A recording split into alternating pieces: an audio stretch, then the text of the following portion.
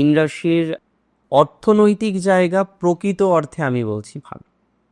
আর্থিক ডেভেলপমেন্ট আছে। June July খারাপ যাবে না।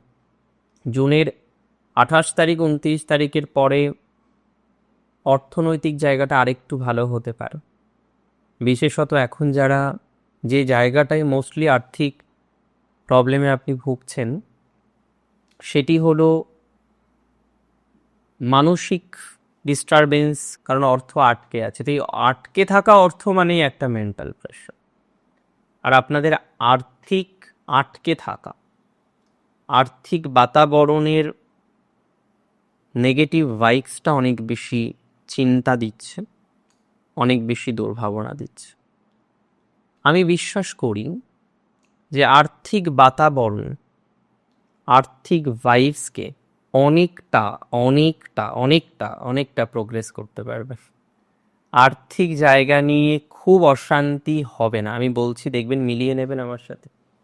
আর্থিক জায়গাটা নিয়ে অনেকটা সঠিক প্রভাব আসবে।